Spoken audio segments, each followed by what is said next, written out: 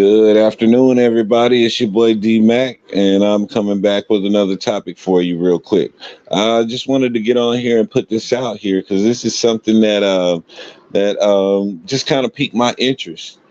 You know, with the way that social media is going and how everybody's using social media for a lot of experiences of life.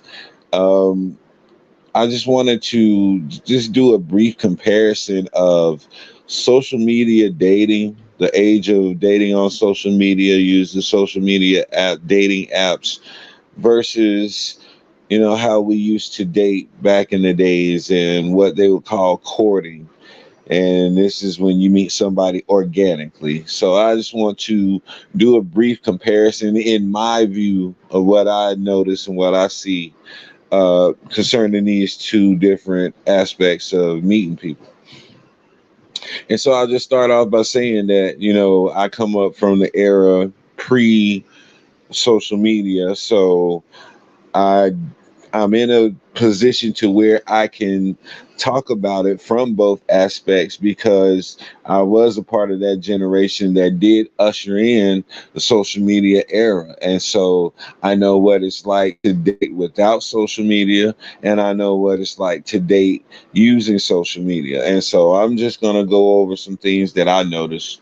Uh, One of the first and foremost things that I noticed um, when I used to date back in the day, and I'd be on the phone with a girl, and I'm on the phone with her, I'm really investing time. I have to listen.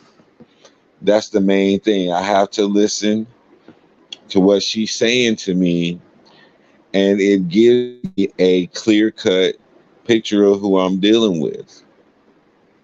And social media, we don't hear the nuances in somebody's voice when they say something. We don't hear the passion in their voice when they're talking about something, or that gaze that they have. You know how when you're talking about something that's really close to you and dear to you, you kind of look off into the abyss, just remembering and reflecting on that moment. You don't get that in a message over social media.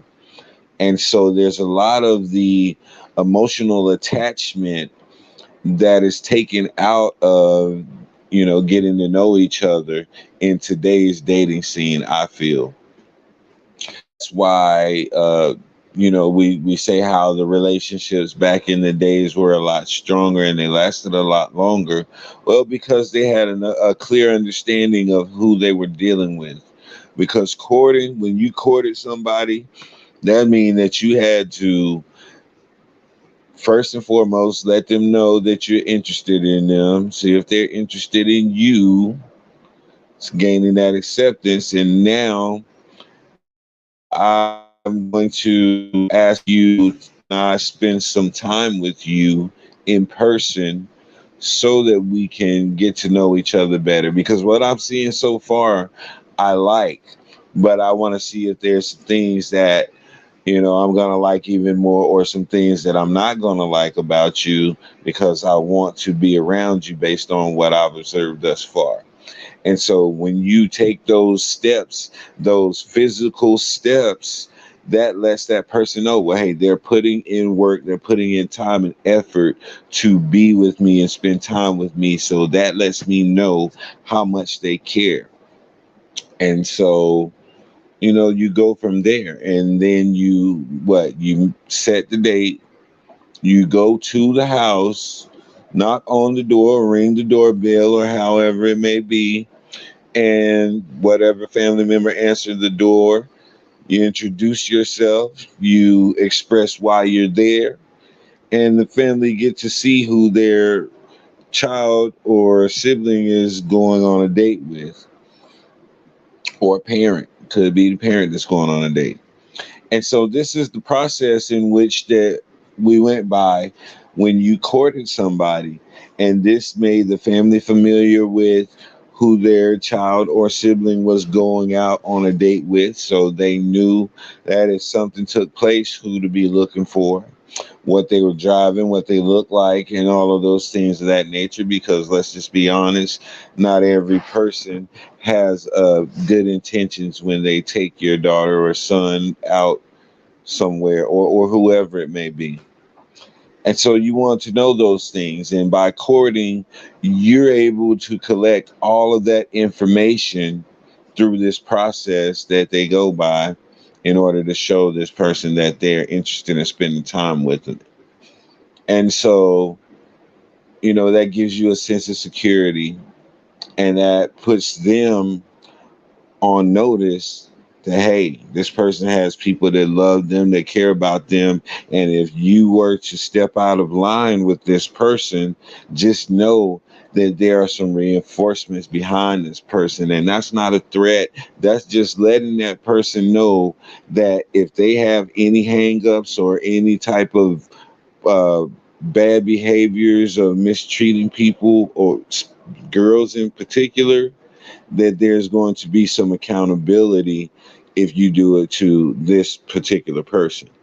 And that was very important to allow these young men to know this, because if you notice today, I was just reading a story the other day about a young man who killed his girlfriend's 9-year-old daughter because the woman didn't want to be with him anymore.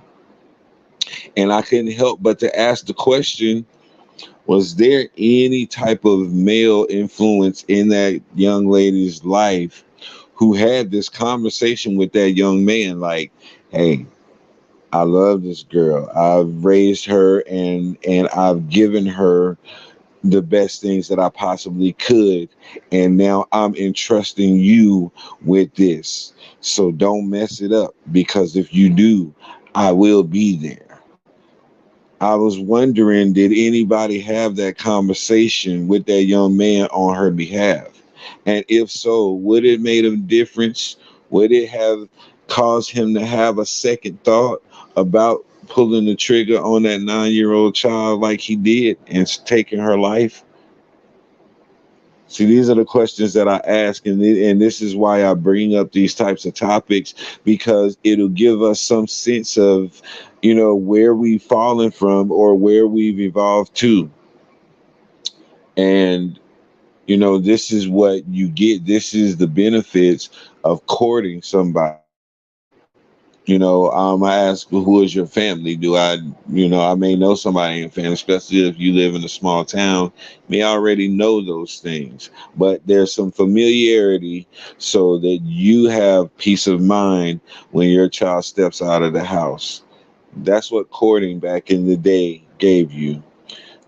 In today's dating scene, with the online dating scene and children, uh, having access to all of these different platforms that their parents are not privy to, they can get themselves in a lot of danger. And we've seen time and time again where predators have taken many children, and unfortunately, a lot of lives have been taken. A lot of innocence have been taken from children because they don't know who they're talking to on these social media airwaves.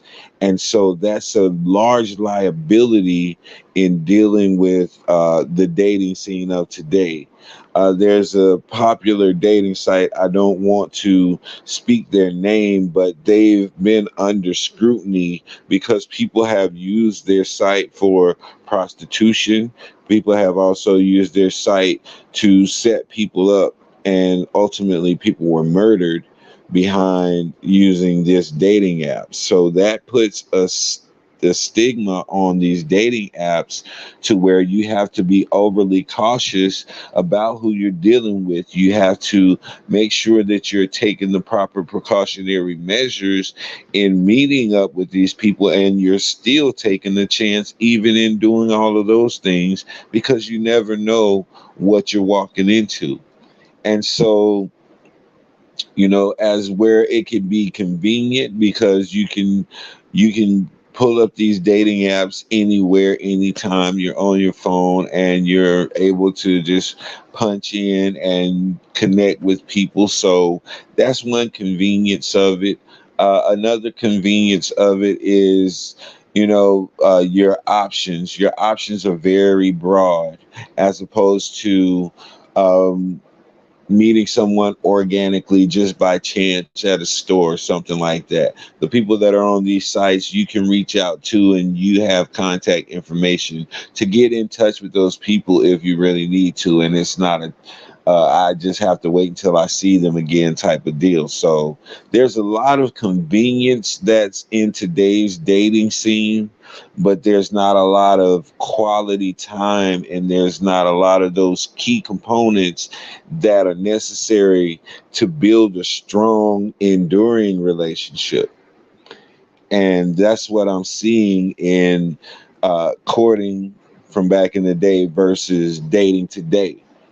And so going back to courting back in the day, I remember like my brother used to try to hook me up with girls. Now I was the kid who was afraid to talk to girls. I didn't have no type of talk game. And my older brother, man, I love him to death, man. He used to always try to school me on talking to girls, and he used to try to encourage me to have the confidence to speak to girls and stuff like that, man. But that just wasn't my thing, and it still isn't to this day. I can hold a great conversation, but when it comes to flirting and all of that stuff like that, I'm the type of guy I'm waiting for the go ahead. I'm not going to jump the gun and make an assumption that I'm in there with a female and then get my feeling hurts.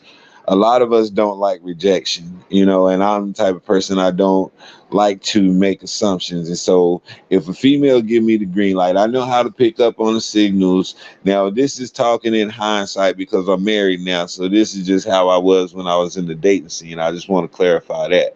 But that was my method. I'm going to get the okay so that it's mutual, and I know that it's mutual whenever I do make an advance towards you and let you know uh, what my intentions are with you. And so, it gave us a basis for a strong foundation in relationship. And to be honest, I've really not been in a whole lot of relationships. I've had a whole lot of interactions, and I've had a whole lot of entanglements and acquaintances throughout my dating career. But as far as relationships, I was always a long-term dude. If I get in a relationship, a committed relationship, it's not going to be for a few months and then we jumping somewhere else. I wasn't that type of guy. We going to work it out. We going to go through what we need to go to if we see there's something to fight for. And that's just what it was. So, there was that foundation was laid from day one because of, the things that I saw my brothers do when trying to get the interest of a female. And then I had two female cousins. They were twins, and they used to have guys that come to the house trying to get their attention and to win their affection. And so I observed all of these things, and what I got from it as a male was that, you know, females, they like to hear all the flattering things and all of that stuff sound good and stroking the ego and making them feel good about that. That's cool. The luring in is cool. But once you get them, are you able to help to build them up in the areas where they need to be built up? Are you able to allow them to help you and build you up in the areas where you need to be built up? Are you on this I'm a man and you a woman thing, and let that hinder you from letting this lady be a blessing in your life?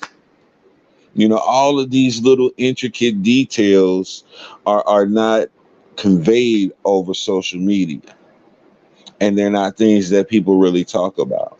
And then too, People will say a lot of things on social media because you have time to really sit back and think about a calculated response whenever you're conversing with somebody through social media versus talking to them face to face, and you have to give an honest opinion or an honest answer in the moment, and they're able to gauge your level of sincerity or your level of fraud based on your body language and your facial expressions and all of those different indicators that let a person know what you're really about.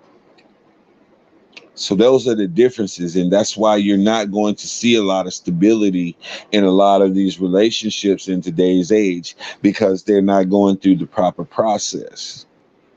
They're not going through the proper phases, the proper stages to get to a point of where you want to become one with this person. They want to skip all of the steps that are necessary to build a strong foundation in order to get to what they feel is the good part, and that's the marriage and all of that. That's why when people go to marriage counseling, and if you're getting married in a church, and if you have a church home, 9 times out of 10, your pastor is going to require counseling, marriage counseling, before he actually agrees to marry you. A good pastor does that anyway. And so when you go through marriage counseling, you begin to understand that those fairy tale dreams that you have in your head that you made up, that this wedding and this person was going to be in your life, may just not be that. And when that harsh reality is brought to your attention, you have to work through that and deal with that and still decide if that's something that you want to pursue as far as marrying that person. And so we have to take these steps, but people get into those situations and then they do not go through none of that, or it'll either go in one ear and out the other. And then when they do make that lifetime commitment, or what's supposed to be a lifetime commitment with that person, and they start to see another side that they never even thought to try to explore, now they feel like they're stuck. I was talking about relationships this morning on a site that I interact with people on, and I was saying basically that same thing along the same lines. And people have their own opinions, and they say what they want to, but I respect their right to say whatever they want to say. But when it comes down to it, when it comes to a relationship, you can't expect someone to give you what they do not have. And a lot of times when we're on social media and a person has built up a certain persona on social media and we buy into it, and then we meet that person on a personal level and start to deal with them, our expectations are based off of the image and the persona that they projected to us over social media. And so when we're not getting that, then that's when the discrepancies come into play. That's when the you're not who you said you were, and you're a different person, and we're growing apart, and all of those different excuses why to break this union or this commitment or this covenant that you have made with each other. You're giving yourself excuses to get out the easy way. But back in the day, it was like, look, this is what it is. I'm not trying to be out here looking for somebody to keep doing this over and over and over again with, and reinvesting and reinvesting. And I'm not going to go through that crazy cycle because it just destroys trust in anybody. And so me and my wife, we discussed the understanding of, no, it's not going to be one of those I get upset and it's over type deals. No, we're going to work through things and keep it moving. And so it is what it is. But, you know, people go through their issues. People have their doubts, and people have their moments of wanting a divorce, and they work through those things because they've been there with each other. They've been there in the flesh with each other, side by side, working through it. And when they first got together, they had a foundation of what that relationship was supposed to look like, and they can make comparisons and they can use that as a reference point as they grow in their relationship. You said online and social media dating messed the game up. Old school works way better for me. Hey, old school works way better for me too, bro, because it's like this. Look, like I was saying before, you really get to find out who the person is, and you get to make a real conscious, informed decision on whether you want to deal with that person, good, bad, and ugly, or not. But through social media, a person can just hide what they are, and they have more. It's easier to hide who they are through social media. I'll just say it like that. Because if I deal with you on a regular basis, you may be able to hide some things for maybe the first 30 days. But there's going to come a situation if we interact with each other on a daily basis like that, and we're in each other's lives and starting to invest in each other's lives, then there's going to be situations and circumstances that's going to come up in the moment to where your true colors are going to shine through, and I'm going to get to see the real you. But if it's just social media and we're texting back and forth and I don't really get to see you like that and see your interactions on the date, how do you interact with your children? How do you interact with your parents? How do you interact with your siblings? If I don't get to see none of that, then I don't know who I'm dealing with until it's too late and I've already got emotionally invested in this thing with a complete stranger. And see that, and all of those things that I just mentioned just now are very important. If you did not know, young people, let me put you up on game.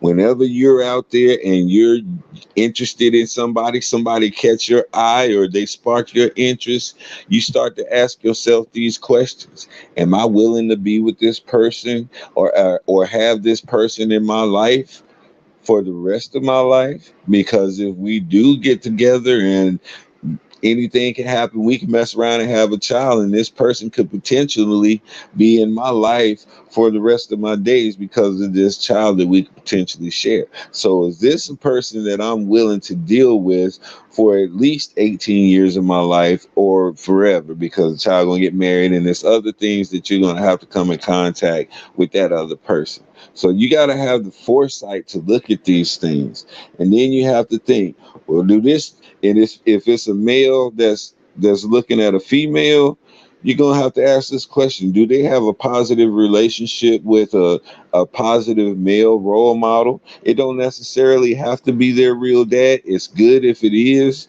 because that'll clear up a whole lot of issues as far as trust and self-esteem and attachment, detachment, and all of those things fall up under that umbrella. So if she does have her actual biological father in her life, does she what type of relationship does she have with him? Because that's going to dictate how she acts with men and the attitude that she carries towards any man that she's going to deal with. You have to ask these questions and you have to find this stuff out before you start investing in relationships with these females, because oftentimes you're going to find a hurt and broken female, and that hurt and that pain and that brokenness comes from the lack of a positive male figure. And if all they've seen was negative connotation connected to the male figure, then she's not going to know how to properly deal with you as a man. So, these are things you got to ask. These are questions you got to ask. What is their family health history like? You know what I'm saying? Do everybody start losing their mind when they hit their 30s? Is there generational curse on this family to where everybody has this this problem or this issue? Is there health issues that plagues this family? Is there something that our child or our potential child would have to be aware of, or you would have to be aware of if we were to try to procreate? We got to ask all of these questions because these are things that bring so much pressure on a relationship. Because if you have a child with somebody and that child has some type of handicap or mental issue, that is a tremendous